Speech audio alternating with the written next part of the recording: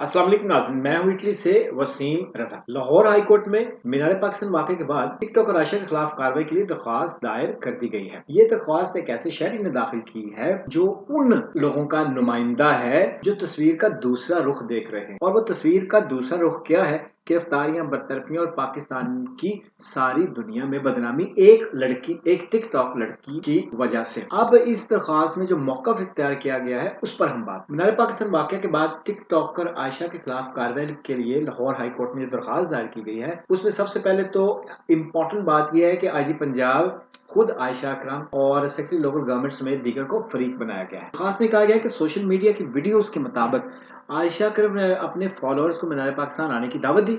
मीनार पाकिस्तान के गार्ड के मुताबिक आयशा अकरम के पास वहां पे जो भगदड़ मची और लड़की के साथ जो सलूक किया गया उसके दौरान गार्ड की मुदाखलत की वजह से 2 दफा मौका मिला आयशा को वहां से निकलने का, लेकिन वो खुद ही वहां पर रुकी रही। दरख्वास्त गुजार ने मजीद कहा है कि आयशा अकरम ने फैंस को दावत देने के बाद मीनार पाकिस्तान की सिक्योरिटी को इस मुतल्लिक आगाह नहीं किया था। इस वाक़े के बाद दुनिया भर में पाकिस्तान को शर्मिंदगी का सामना करना पड़ा, लिहाजा हजूम को उकसाने पर आयशा अकरम के खिलाफ फौजदारी कार्रवाई की जाए। अदालत से दरख्वास्त में इस्तदा की गई है कि टिकटॉक में दीगर सोशल मीडिया ऐप से गैर अखलाकी मवाद हटाकर रेगुलेट किया जाए और टिकटॉकर्स के पब्लिक मुकामात से फैंस से मिलने फैंस हवाले से SPO भी बनाए जाए। अब तक के लिए इतना ही। अदालत की तरफ से इस दरख्वास्त पर जो भी कार्रवाई सामने आएगी उससे भी आपको खबर रखेंगे। अपना ख्याल रखिएगा। अल्लाह हाफिज।